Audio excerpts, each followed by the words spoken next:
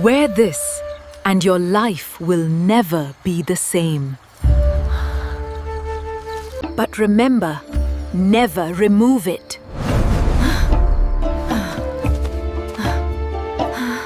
Look at her, walking around like nothing happened. She brings shame to us all. I heard she still visits the cursed grove. Are you coming to the festival tonight, Jide? Of course. Wouldn't miss the dancing for anything. Okezi, welcome. The festival feels complete now that you're here. It is good to be here with you, Sabrina. He will bring prosperity to our village, my child. Yet, seek the man whose heart is true. Before you continue watching, answer me one question. Would you rather be loved for who you are or wanted for what you can give? Because the woman in this story faced that exact choice, and the price she paid for the wrong answer nearly cost her everything. Stay till the end, because what happens to the richest man in the village will shock you. Wear this, and your body will become a beauty no man has ever seen, the old woman said. But never take it off. Before Sabrina could ask what would happen if she did, the old woman dissolved into the night, like smoke swallowed by darkness. Sabrina stood frozen, clutching the strange underwear in her trembling hands. Her heart was not racing with excitement. It was racing with fear. She had known suffering her whole life. But magic! Magic was a bedtime story old women told by the fire. Not something that happened to girls like her. Because Sabrina's life had never been ordinary. She was born into a poor family in the quiet village of Ugete, and everyone in that village knew her name, but never spoke it kindly. Her body was thin as broomsticks. Her face, the villagers whispered, looked like God had rushed it. While other women in Ugete moved with curves that danced like drum beats, Sabrina moved like a shadow the wind forgot. Silent, unnoticed, unwanted. But underneath the mockery, Sabrina carried a secret no one knew. A rare gift whispered to her by her dying mother. Any man who married Sabrina would rise from nothing into wealth beyond imagination. She never announced it. She wasn't chasing riches. She was chasing love, real love. A man who wouldn't flinch at her face or her frame. A man who would choose her heart. Years passed. No one came. Bachelors desperate enough to marry anyone still avoided her like a curse. Some swore, "If Sabrina is the last woman on earth, I will die single." They had no idea they were rejecting a fortune. Sabrina accepted her fate quietly, planting yams behind her hut, fetching water alone, dancing in her room to songs only her heart could hear. But she never let go of hope. Then came the Yam Festival. Drums shook the sky, laughter filled the air, colors moved everywhere. Sabrina stood apart, as always, not by choice but because no one wanted to stand beside her. While others danced and boasted, she watched the shadows near a dying bonfire. And then, something impossible happened. A young man walked straight toward her. His name was Okezi, a gentle, calm-spirited palm wine tapper. The villagers held their breath as he crossed the square. Some laughed, some whispered cruel things. Okezi ignored every one of them. "Good evening," he said softly. Sabrina looked over her shoulder, certain he meant someone else. "Me?" "Yes, you." 2 words. They landed on her heart like warm sunlight after years of winter. They talked until the fire burned low. He never looked away, never laughed, never flinched. For the first time in her life, Sabrina felt seen. When the festival ended, he walked her all the way to the edge of the village where she lived. "I want to make sure you get home safe," he said. And from that night, everything changed. Every evening at dusk, Okezi arrived with a small gourd of palm wine. Sabrina brought out her carved wooden cups. They sat beneath the orange sky, laughing, teasing, trading stories, and slowly, gently love grew between them. Real love. The kind she had waited her whole life for. Okezi loved her laughter, her quiet strength, her spirit, never her beauty, never her blessing. and Sabrina finally gave away the piece of her heart she had guarded for years. When they married, the village nearly collapsed with disbelief. "What charm did she use on him?" they whispered. "This cannot be real love." The gossip followed them everywhere, men shaking their heads, women hissing, girls mocking her openly. But Okezi only held her hand tighter, and Sabrina smiled because for once she had something no one could take from her: happiness. 2 months into the marriage, everything shifted. Okezi's palm wine business exploded overnight. Buyers came from neighboring villages. He grew richer by the week, and the village churned with jealousy. "How does a palm wine tapper become this wealthy?" they demanded. Soon, they uncovered Sabrina's secret, and suddenly, the same men who once refused to greet her now bowed at her feet. The same men who swore they'd rather die single now wished they could trade places with Okezi. But it was too late. Sabrina belonged to the only man who had ever truly wanted her. Then came the storm. Thunder cracked like a whip. The wind howled like something alive. Sabrina woke to find the door wide open and Okezi gone. No footsteps, no struggle, no goodbye, just silence where he used to be. Villagers whispered about angry spirits, vengeful gods, jealous curses. But Sabrina refused to believe he was dead. Her heart shattered into pieces too small to gather. 2 years of loneliness later, something no one in Ugete had ever imagined began to happen. The same men who once mocked her face, who once swore they'd remain single forever than marry her, now lined up outside her hut, stretching past the old Udala tree. Men traveled from distant villages just to see her. Some brought goats, some brought yams, some wept, begging to be chosen.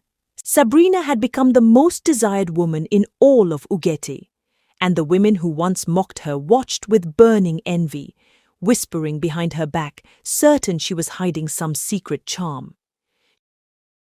She never answered them. She only smiled that same quiet smile and walked away, because they could never understand that her gift was a burden she never asked for. Among the men chasing her, one stood apart, Dil, the fisherman. Dil, whose tongue was sweeter than ripe mango. He sat by her hut every evening, pretending to weep, bringing roasted fish and crabs and small wooden carvings. "My heart beats only for you," he told her, wiping fake tears. "Let me replace your sorrow with joy." Sabrina was tired of loneliness, tired of mockery, tired of waiting for a man who never returned. So she said yes. Dile pretended to love her, right up until her blessing filled his nets every morning, until money filled his pockets, until people started calling him the richest fisherman for 3 villages over. Then his mask fell. He stopped coming home. He stopped eating her food. He stopped sharing her bed. And one afternoon, the truth exploded through the village like wildfire. Dele had run off with a young woman from Ugete town, without a goodbye, without shame, without a single glance back. Sabrina broke for the second time. Word spread fast. "If you want wealth," people said, "marry Sabrina. Just don't expect beauty." Now men came for one reason only: quick riches. And one by one she married them, not out of desire, but out of exhaustion, out of loneliness too heavy to carry alone. And one by one, once wealth kissed their lives, they vanished. Some running off with prettier women, some disappearing without a trace, just like Okezi. Fear replaced mockery in the village whispers. Every man she marries grows rich, then vanishes. Maybe she's cursed. Maybe she's something else entirely. But the men kept coming anyway, some out of greed, some out of desperation, some simply out of foolishness. Every time she gained a husband, the whole village held its breath, waiting for the disappearance. Her heart became a cracked calabash that could no longer hold joy. She stopped stepping outside, stopped smiling, stopped believing she deserved love at all. They called her the beautiful blessing wrapped in an ugly body, and said it like a joke, though to Sabrina, every word cut like a blade. One night, under a moon that hung low like a tired lantern, Sabrina walked out of the village, ready to leave Ugete forever. Her steps were slow, her eyes swollen from years of betrayal, her spirit worn thin from carrying a gift that only ever brought her pain. On the narrow forest path, the path where spirits were said to walk, she met the old woman again. Her white hair flowed like river foam. Her eyes glowed with something ancient, as if she had been waiting for this exact moment. "Child," she said, "beauty has punished you long enough. Take this, wear it when the moon rises, and you will become what the world respects." She held out a strange underwear, silk that shimmered like moving water. Sabrina hesitated, but something stronger than fear pulled her hand forward. She took it. The old woman leaned in. "But remember, never take it off, not for any reason." And before Sabrina could ask another question, she vanished into the dark like smoke swallowed by night. That night, under pale moonlight, Sabrina wore the underwear and slept. When she woke, her life had ended and a new one had begun. Her skin glowed like fresh yam flesh. Her body curved like something carved by the gods themselves. Her face shone like sunrise over water.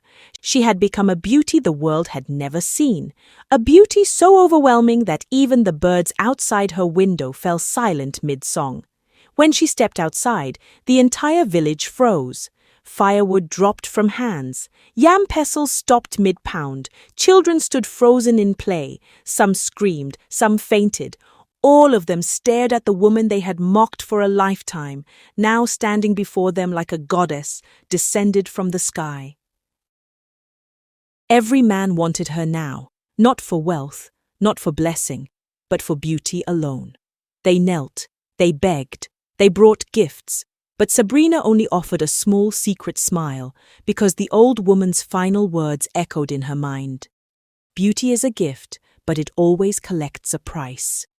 She knew this transformation carried a darkness she didn't yet understand. But this time she promised herself she would choose her fate, not be used by it.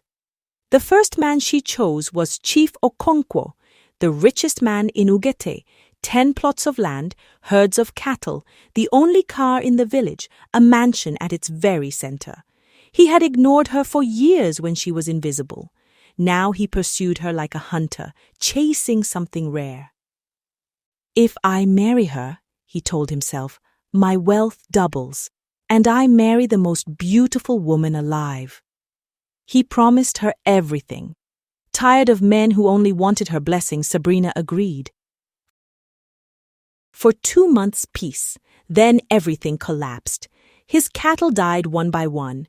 Creditors seized his land, his business crumbled, his car broke down beyond repair, his fortune evaporated like dew under a rising sun.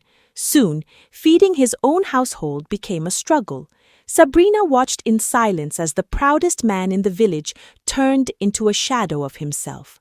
One morning the village woke to find Chief Okonkwo, once the wealthiest man they knew, wandering the streets in rags, begging for scraps like a madman. Wild eyes, dusty feet. The village gasped. "What kind of beauty is this?" they whispered. "What does Sabrina carry?" But Sabrina said nothing.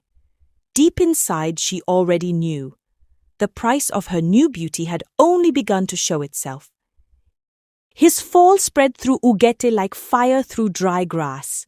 Behind mud walls, under mango trees, beside dying fires, the whispers changed. No longer mockery, but fear. Her beauty destroys. Her blessing has become a curse. Sabrina watched the man who once dined with kings now walk barefoot through streets that once saluted him. Children threw stones, women chased him off with brooms. And only Sabrina knew the truth. His downfall began the very moment he married her. The same gift that had once lifted a man into fortune had now twisted into something darker, something alive, something hungry, and it was tied to the underwear she had been warned never to remove. Soon, Chief Okonkwo vanished. He walked out of Ugete one morning and was never seen again. Yet even this didn't stop the men. "Let me get rich first," some boasted. "I'll run before the curse catches me."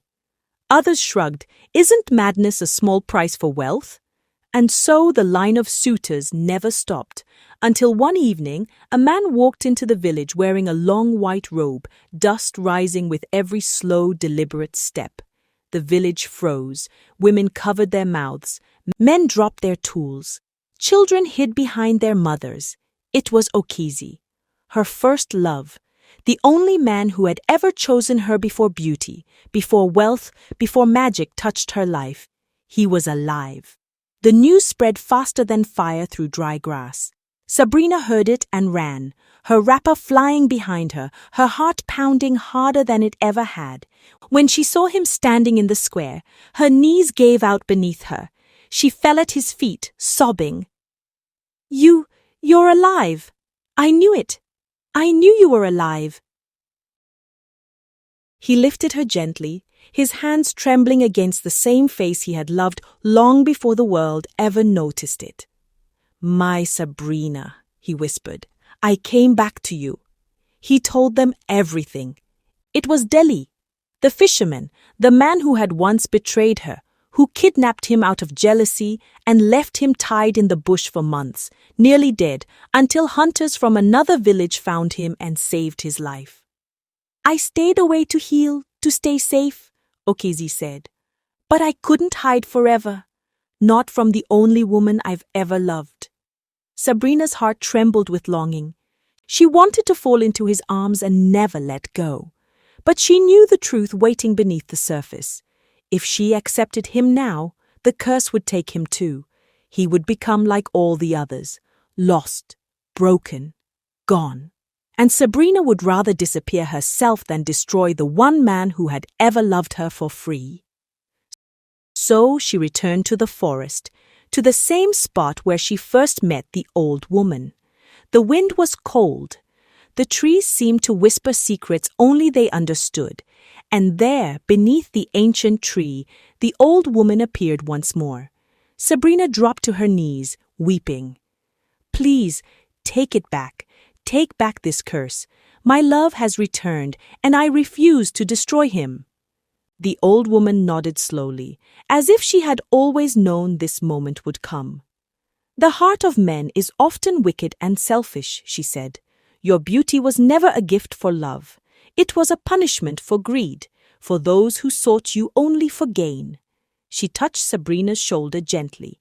"But the one who loves you truly has returned. The curse has done its work." She pointed to Sabrina's waist. "Go home, remove it, burn it tonight. Your suffering ends here." Sabrina wept with gratitude and ran home faster than she had ever run in her life. She tore off the underwear, the cursed beauty, the gift that had ruined so many lives, and threw it straight into the fire. The flames swallowed it whole, and in an instant her body shifted back. The glow faded, the curves dissolved, the borrowed beauty disappeared, and Sabrina stood there again, thin, gentle-eyed, and finally, entirely herself. When she stepped outside, Okizi was waiting with open arms. She walked straight into them. And for the first time in her life, Sabrina felt truly safe.